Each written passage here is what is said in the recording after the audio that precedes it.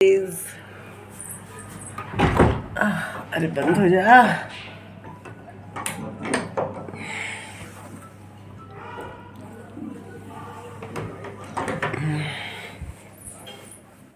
शाम के बजे हैं 7 और हम लोग जा रहे हैं मेला घूमने। यहाँ द्वारिका में सेक्टर 11 या 10 में कहीं मेला ग्राउंड है, वहाँ पे लगा हुआ है। बस ये जस्ट अभी ऑफिस से आए हैं तो घूमते फिर वहाँ चल के दिखाते हैं आप लोग को। इधर जैसे ही नीचे आए देखें पार्क में कृष्णा खेल रहा है, रेडी भी नहीं है लेकिन जस्ट उसने अभी कपड़े चेंज किए थे। हमने कहा चलो इसी तरह, लड़कों का तो सब ऐसे ही सब चलता है, उसको क्रिकेट के आगे कुछ दिखता ही नहीं है। फिर ये ऐसे ही हमारे साथ लोअर टी शर्ट में ही चला गया। फिर ये रास्ते का बस हम लोग पहुँचने ही वाले हैं, मतलब हम सेक्टर 7 में रहते हैं, हमारे यहाँ से 1.5-2 किलोमीटर ही था। फिर हम कैब से ना जाके हम ई रिक्शा से गए। ई रिक्शा में ज़्यादा मज़ा आता है, मतलब कैब ठीक है लॉन्ग डिस्टेंस के लिए, ई रिक्शा में से हवा लगता रहता है। फिर ये देखिए यहाँ हम पहुँच गए, मतलब बहुत भीड़ नहीं थी, ये बहुत अच्छी बात थी। और सब कुछ हमने जो भी फाइंड आउट किया, देखा, मज़े किया वो बहुत अच्छे से। ये है एंट्री टिकट पर हेड 100 रुपीज़। इस पर लिखा है 3 ईयर के ऊपर वाले चाइल्ड का भी 100 लगेगा। हमारी स्वीपी 3 साल 2-3 महीने की है, बट हमने उसका नहीं लिया, ना ही किसी ने पूछा, ना ही बताने की ज़रूरत पड़ी। एक्चुअली ये टिकट मेले से ज़्यादा यहाँ फिश टनल है, फिश टनल के लिए है। ये देखिए ये बुर्ज खलीफा क्या क्या सब बना के रखा है। मतलब हमें तो ठीक लगता है, लेकिन जब बच्चे खुश हो जाते हैं ना तो हमें भी लगता है कि हाँ हम भी बहुत खुश हो गए। इन 20 दिनों में दूसरी बार हम कहीं बाहर गए। पता नहीं क्यों दिल्ली में मेरा जाने का मन ही नहीं होता है बिल्कुल भी। तो जब से आई हूँ तब से मतलब अच्छा फील नहीं हो रहा है कि कभी कभी 2-3 दिन बहुत ठीक। फिर ये देखिए फिश टनल में आ गए, जेली फिश। ये बच्चे तो मतलब बहुत खुश हो गए। पहले तो ये सोचा कि मेले में एंट्री का 100 रुपये टिकट ले रहा है, लेकिन जब यहाँ पे आए बच्चे हमारे देख के एकदम खुश, तो लगा चलो पैसा वसूल हो गया। ये भी जस्ट ड्यूटी से आए थे, फिर ऑफिस से आने के बाद फिर तुरंत हमारे साथ आ गए। तो मुझे तो भूख भी लग रही थी। ये तो ऑफिस में किसी का कुछ ट्रांसफ़र रिकॉग्नाइजेशन कुछ था, तो वहाँ पे सब कुछ खा के आए थे, बट हमने तो कुछ नहीं खाया था। लेकिन ये फिश टनल स्टार्टिंग में ही पड़ गया तो इसको देखने लगे कि चलो इसको देख लेंगे फिर कुछ खाएंगे। लेकिन बच्चों को कहाँ कुछ खाने का मन होता है भाई मेले में जाने के बाद। उन्हें तो ये कर ले, वो कर ले, ये झूला झूल ले, ऐसे कर ले, वैसे कर ले। फिश टनल बहुत जगह है ऐसे। तो एक्वेरियम टाइप का तो लखनऊ में भी हमारे वो चिड़ियाघर में है काफ़ी अच्छा, बट इस तरह का फिश टनल हम सब फर्स्ट टाइम ही गए थे। सबसे अमेजिंग और बढ़िया जलपरी यहाँ पे थी। ये है, आ गए हम जलपरी वाले सेक्शन में। मेन तो यही चीज़ है। ऊपर जाके अभी वो सांस ले रही है, काफ़ी अच्छा कर रही थी।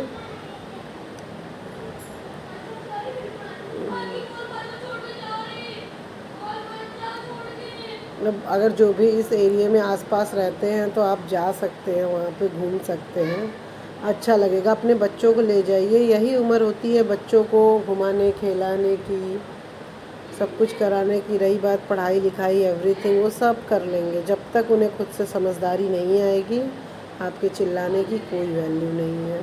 अपने ही बचपन के बारे में सोचिए, हमारे माँ बाप इतना चिल्लाते थे ये करो वो करो, हम कितना ही, लेकिन जब हमको खुद से समझ आया, दिमाग आया, तो हमने खुद से सब कुछ किया।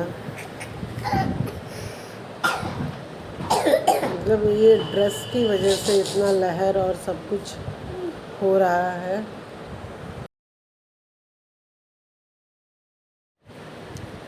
फिर फिश टनल से निकलने के बाद ये कृष्णा का फेवरेट पार्ट कृष्णा लेता है अपने लिए और हम सारे एक एक दो दो चांस अपना अपना ले लेते हैं भाई, मज़ा आता है। बच्चों के साथ फिर से बच्चे बन जाओ और लाइफ को एंजॉय करो।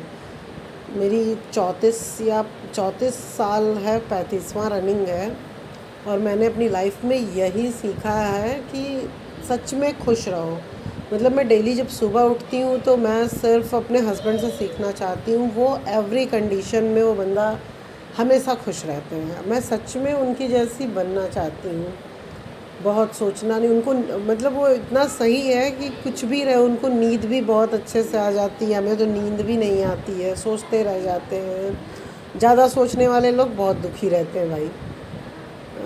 कम सोचना चाहिए, हमें कम से कम सोचना चाहिए। फिर इधर ये पानी पूरी खा रहे हैं हम। थोड़ा मैंने स्पीड फास्ट कर दी क्योंकि बहुत लंबा वीडियो हो गया था। मैं सोचती हूँ कि मैं ये कभी नहीं कि हाँ मैं ये कर रही हूँ तो वो क्या सोचेगा।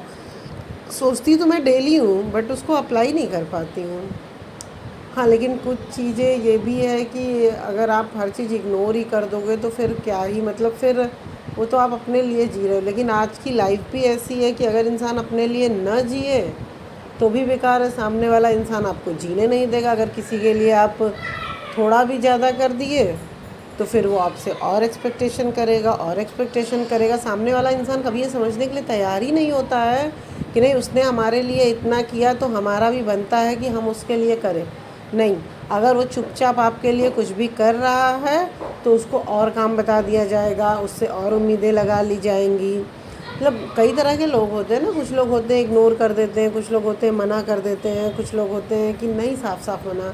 उनमें से मैं एक हूँ कि मैं साफ साफ मना नहीं कर पाती हूँ। और मुझे चीज़ें किसी की बुरी भी लगती हैं अगर, तो मतलब मैं वो रिएक्ट नहीं कर पाती हूँ। मतलब पहले जब शादी नहीं हुई थी पापा के सामने हर चीज़ का रिएक्शन, लेकिन अभी इनके सामने रिएक्शन कर लेती हूँ। लेकिन अब धीरे धीरे जैसे मैच्योरिटी आपके अंदर आएगी ना, मतलब सबके सामने आप रिएक्ट करना बंद कर दोगे हर चीज़। क्योंकि हर चीज़ अब इस एज में ये पता चल जाता है कि बेकार है भाई। कोई भी चीज़ का रिएक्ट नहीं, हर काम प्यार से हो सकता है, हर एक काम। फिर लाइफ में मैंने ये देख भी लिया और सीख भी लिया कि सच में प्यार से हो सकता है। और जितने भी बुरे अनुभव रहे हैं ना जीवन में, उन बुरे अनुभवों का कई मतलब बहुत सारे लोग होते हैं कि हमेशा एक ही चीज़ का ब्लेम, किसी न किसी को ब्लेम करते रहते हैं। ब्लेम करते क्यों? ब्लेम करना हमारे साथ होना था इसलिए हो गया, पहली चीज़। और जो समझेगा ही नहीं उसकी उससे ब्लेम क्यों करना?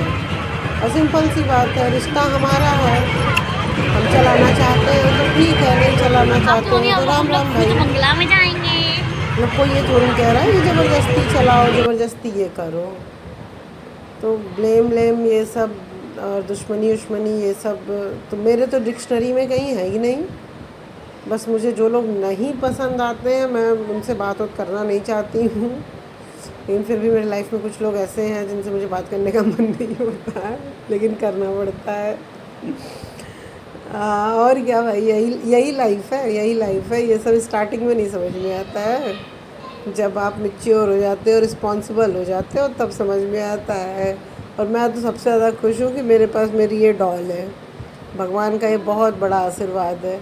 जब से आई है मेरी लाइफ में मेरी तबीयत ठीक रहती, नहीं तो मैं बहुत बीमार रहती थी पहले। मतलब सब कुछ ऑल सेट है यार, सब कुछ। बस भगवान स्ट्रेंथ देते रहे। होता है ना कि भगवान भी उसी को चुनते हैं जो सब कुछ सहने के लिए तैयार होता है, जो दूसरों पे ब्लेम नहीं लगाता है। फिर ये है राम लड्डू। मैं मतलब क्या क्या इस ब्लॉग में बोल रही हूँ मुझे खुद ही नहीं समझ में आ रहा। ये इनको देख को तो खुशी हुई बट इसमें नमक ही नहीं था। और कुछ भी खाने का ले आओ तो हर बार यही कर, अरे मैं खाऊंगा नहीं, अरे मैं खाऊंगा नहीं, और सब कुछ खा लेते हैं। फिर ये टर्किश आइसक्रीम, मतलब जो फायर पान बड़ा दिन से मन था मेरा, मैं फिर भी नहीं खा रही थी। फिर इन्होंने मुझे ज़बरदस्ती कहा नहीं तुम खाओ, मैं तुम्हारा वीडियो बनाता हूँ। अभी ये भी थोड़ा थोड़ा वीडियो वगैरह बनाने में अपना नहीं बनवाएंगे। खुद इनको सोशल मीडिया नहीं यूज़ करना उतना पसंद है, लेकिन मेरा बना देते हैं। टेस्ट भी अच्छा था, मैं तो पूरा ही खा गई। कभी वो थूकने वाला सीन ही नहीं आया। मतलब इसमें पता नहीं, ये सामने जो ब्राउन कलर के रखे चॉकलेट वाले पान थे, मैंने इनसे कहा आप भी खा लो। इन्होंने फिर नॉर्मल पान खाया, वो वाला नहीं खाया। देखो ये नैपकिन भी खा जाओ, खा जाओ। तो कृष्णा बड़े ध्यान से देख रहा है कि ये लोग ये क्या खा रहे हैं।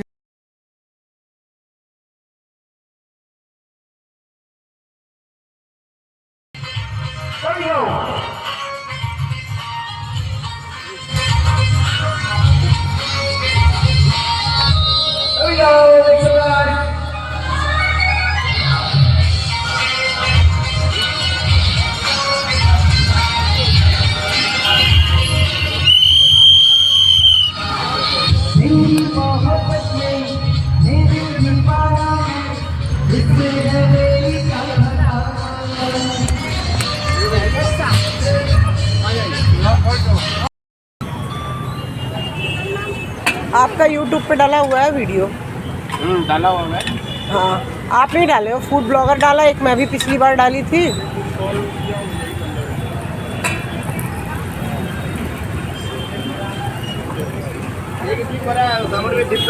हाँ हाँ, डिप करके ही दे।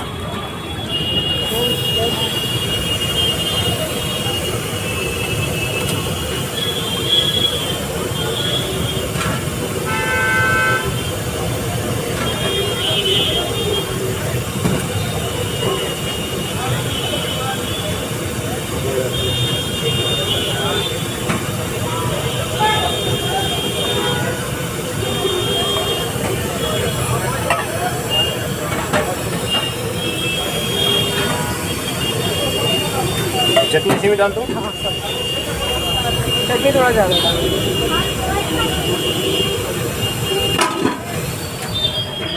लाल वाली चटनी वो भी डाल दो। तीखी है क्या वो? हाँ, तीखी तो रहती नहीं है। डालो। हाँ, डाल दो।